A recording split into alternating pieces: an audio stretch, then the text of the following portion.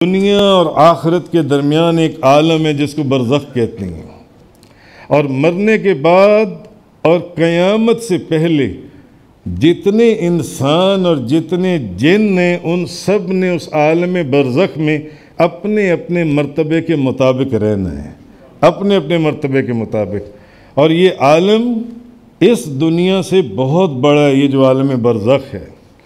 کیوں؟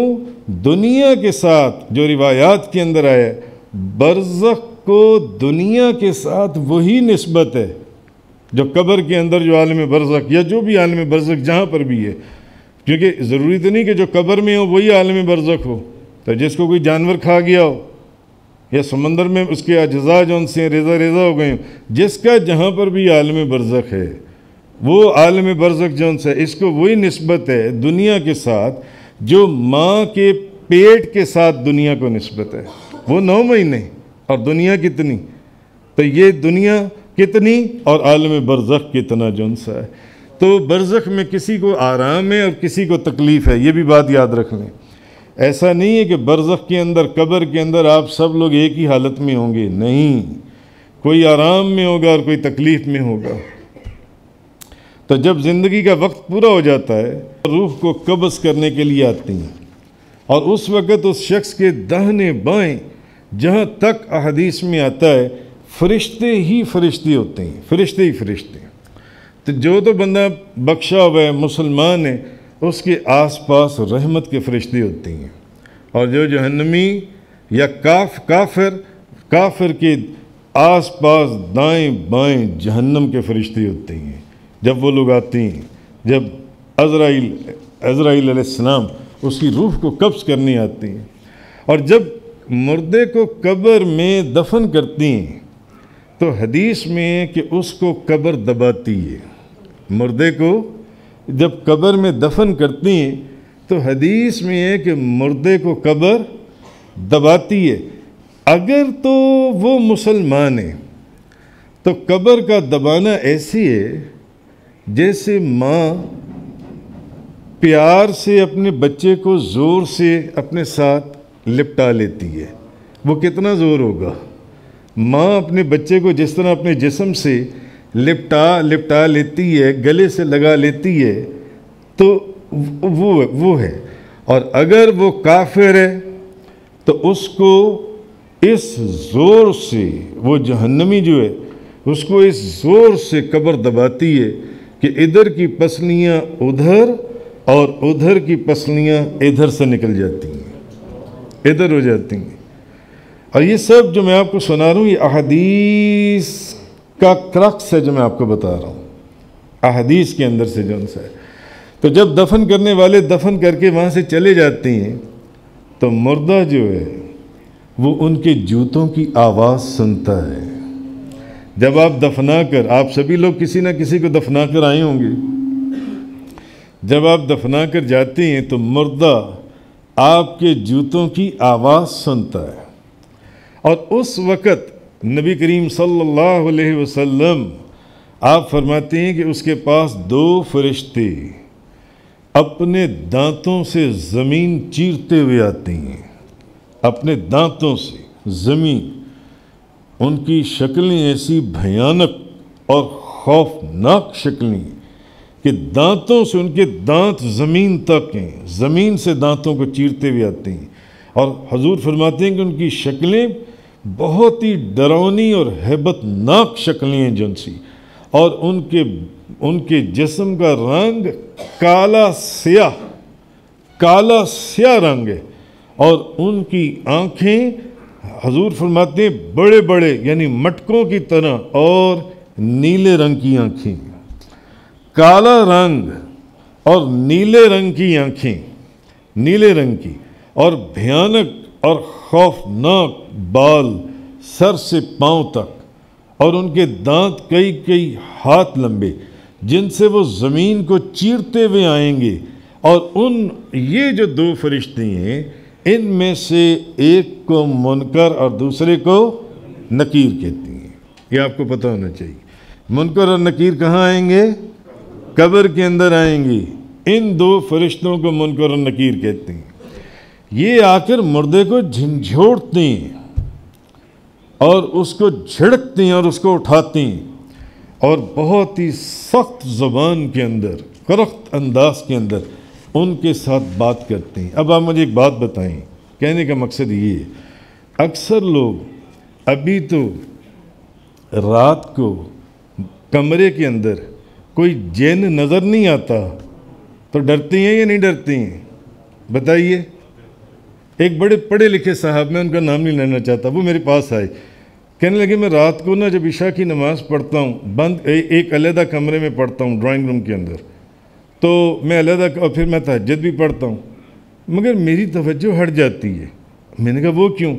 کہنے لگے اس لیے کہ مجھے ایسے لگتا ہے جیسے میرے پیچھے کوئی کھڑا ہوا ہے۔ ایسا اکثر لوگوں کو محسوس ہوتا ہے یا نہیں ہوتا؟ ذرا بتائیے نا، کس کس کو ہوتا ہے؟ بتائیں۔ اچھا، ایسا ہوتا ہے محسوس جیسے میرے پیچھے کوئی بند کمرے میں ذرا پڑھیں نماز آدھی رات کے وقت، محسوس ہوگا نا میرے پیچھے کوئی کھڑا ہوا ہے۔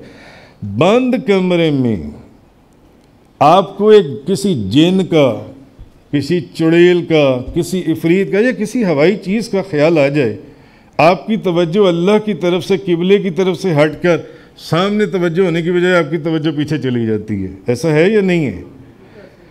یہ احادیث میں نے آپ کو سنائی ہیں، مختلف احادیثوں کا مجموعہ، کالا رنگ اور دانتوں سے زمین کو چیرتے ہوئے اور خوفناک بال، زمین تک بال، اور نیلے رنگ کی مٹکوں کی طرح آنکھیں، تو ان کا حجم کیا ہوگا جو ان سے، اور کالا رنگ اور نیلے رنگ کی آنکھیں اور وہ دانت، وہ خوفناک، جو ان کی قبر کے اندر کیا کوئی لائٹ ہوگی یا کوئی روشنی ہوگی؟ وہاں یہ فرشتے، یہاں تو گھر کے اندر 10 بندے اور بھی موجود ہوتے ہیں، تو پھر آپ کو اپنے کمرے میں ڈر لگ رہا ہوتا ہے، لگتا ہے یا نہیں لگتا؟ ڈر لگتا ہے نا؟ تو وہاں قبرستان میں کون ہوگا؟ اکیلے آپ ہوں گے، اکیلے اس قبر کے اندر جہاں یہ ان دونوں نے آنے۔ اور یہ حدیث ہے نبی کریم صلی اللہ علیہ وسلم کی، وہ آئیں گے اور جھڑکیں گے اور جھنجھوڑیں گے، اٹھ۔ اب وہ پہلا سوال کرتے ہیں وہ فرشتے، مر ربو کا، بتا تیرا رب کون ہے؟ نبی پاک صلی اللہ علیہ وسلم فرماتے ہیں۔ دوسرا سوال کرتے ہیں، ما دینوں کا، تیرا دین کیا ہے؟ اور تیسرا سوال کرتے ہیں، ما کنت تقول فی ھذا الرجل، یہ جو بزرگ کھڑی ہیں ان کے متعلق تو کیا کہتا ہے؟ بتا ان کے متعلق تو کیا کہتا ہے؟ تو اب یہ سارا، اب اگر تو مردہ جون سا ہے وہ ان سوالوں کے جواب دے دیتا ہے، اور پہلے سوال کا جب وہ پوچھتے ہیں مر ربو کا، کہ تیرا رب کون ہے، اس کا جواب کیا ہے؟ بتائیے، آپ بتائیے۔ ربی اللہ، میرا رب اللہ ہے، میرا رب اللہ ہے۔ دوسرا سوال کرتے ہیں، ما دینوں کا، اس کا جواب کیا ہے؟ دین اسلام، کہ دین اسلام یہ میرا دین ہے۔ اور وہ تیسرا سوال کرتے ہیں، ما کنت تقول فی ھذا الرجل، یہ جو بزرگ کھڑے ہیں ان کے متعلق تو کیا کہتا ہے؟ تاجدار دو جہاں، شاہ سوار لا مکان، مالک زمین و آسمان، روح کن فکان، سید السادات، جوہر کائنات، جان حیات، منبع فیوز و برکات، حضور پر نور، شافی یوم النشور، حبیب رب غفور، رسول خدا، شاہ خدا، نور خدا، احمد مجتبی، حضرت محمد مصطفیٰ صلی اللہ تعالیٰ علیہ وآلہ وصحبہ بارک وسلم۔ آپ کھڑی ہیں سامنے قبر کے اندر، آپ نے بھی آنا ہے۔ اسی لیے تو اعلیٰ حضرت امام محمد رضا خان صاحب رحمۃ اللہ علیہ، انہوں نے فرمایا تھا نا کہ میری قبر کو اتنا گہرا کھودنا کہ جب حضور آئیں تو میں اٹھ کر کھڑا تو ہو سکوں، میں اٹھ کر کھڑا ہو کر استقبال تو کر سکوں۔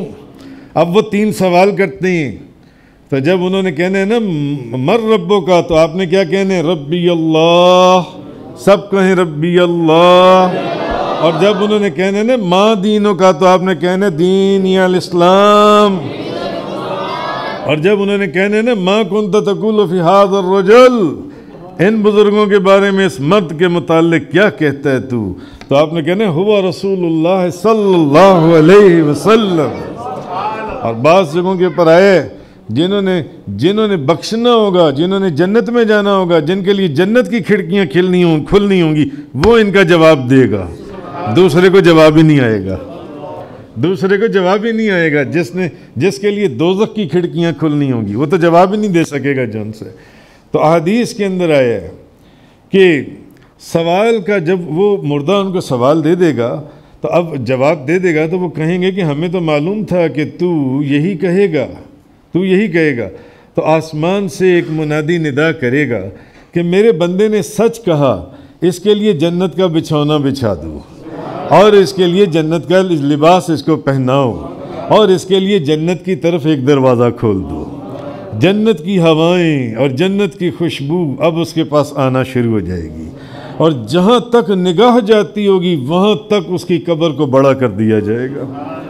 آپ سوچتے ہوں گے کہ قبر کیسے بڑی ہو جائے گی، ساتھ تو دوسری قبریں جڑی ہوتی ہیں جو ان سے ہیں، مگر وہ ہر چیز پر قادر ہے، اس کے لیے کون سا مشکل ہے جو ان سے ہے۔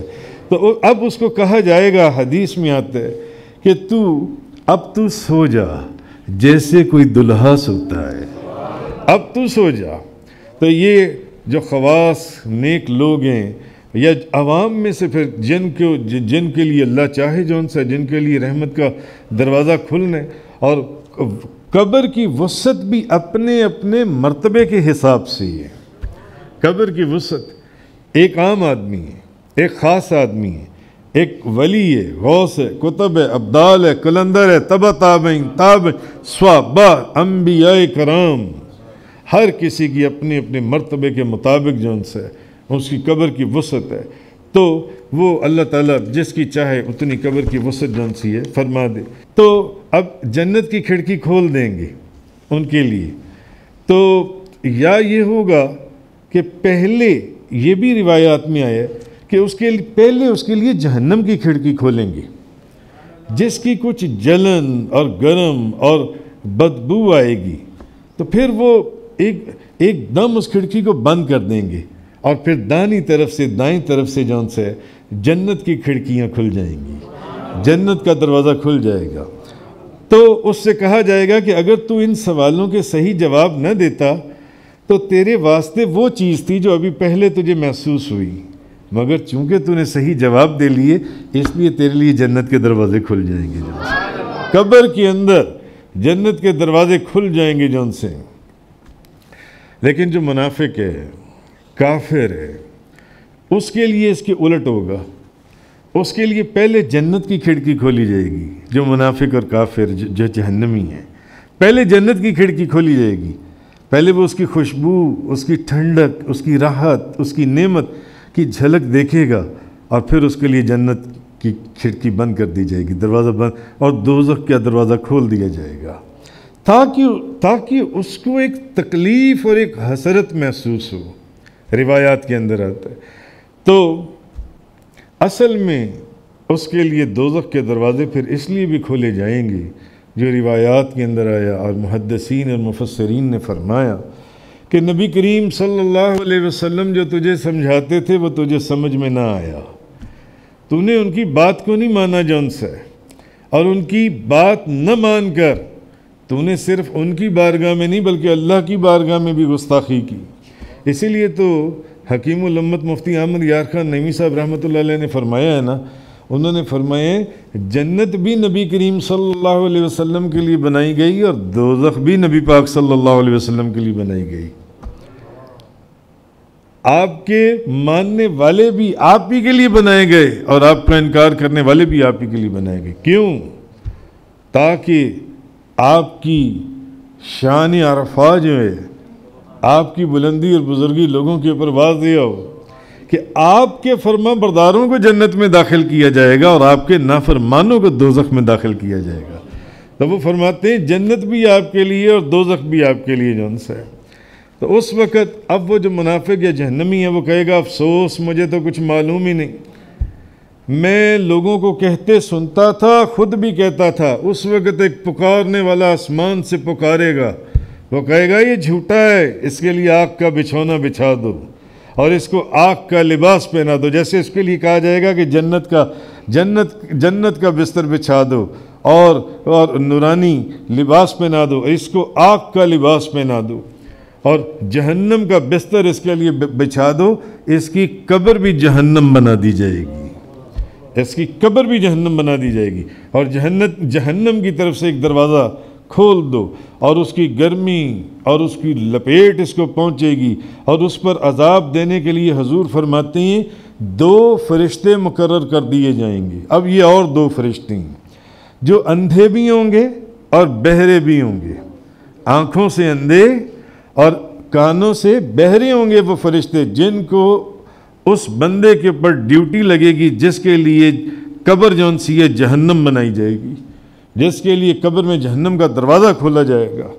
ان کے ہاتھوں میں حضور فرماتے ہیں لوہے کے گرز ہوں گے کہ اگر وہ ایک گرز ایک پہاڑ کے اوپر مار دیا جائے تو وہ خاک ہو کر اڑنا شروع کر دے، ایک گرز، اور وہ جو گرز اس سے جون سے وہ فرشتوں کی ڈیوٹی ہوگی کہ اب ان کو مارو۔ اور ایک علیحدہ بات ہے کہ سانپ بچھو جو احادیث میں آیا ہے کہ قبر میں آئیں گے، بے شک وہ احادیث ہیں جون سی، تو خیر کہنے کا مطلب یہ ہے کہ جو عذاب قبر ہے یہ برحق ہے، یہ برحق ہے عذاب قبر۔ یہ ایسا نہیں ہے کہ کوئی بندہ اس کو خام خیالی تصور کرتا رہے۔ ہاں، انبیاء کرام ایک بات یاد رکھیں، اولیاء اعظام، علماء کرام، علماء دین، پھر شہداء، پھر صالحین، پھر حافظ قرآن، پھر قرآن مجید کے احکامات کے اوپر عمل کرنے والے لوگ، یا منصب محبت کے اوپر فائز لوگ، یہ وہ لوگ ہیں کہ قبر جون سی ہے، قبر ان کے جسموں کو نہیں کھائے گی، قبر ان کے جسموں کو کوئی تکلیف نہیں دے گی، اور وہ لوگ جنہوں نے کبھی اللہ کی نافرمانی نہیں کی ہوگی، ان کے جسموں کو، ان کے بدن کو مٹی نہیں کھا سکتی، نہیں کھا سکتی۔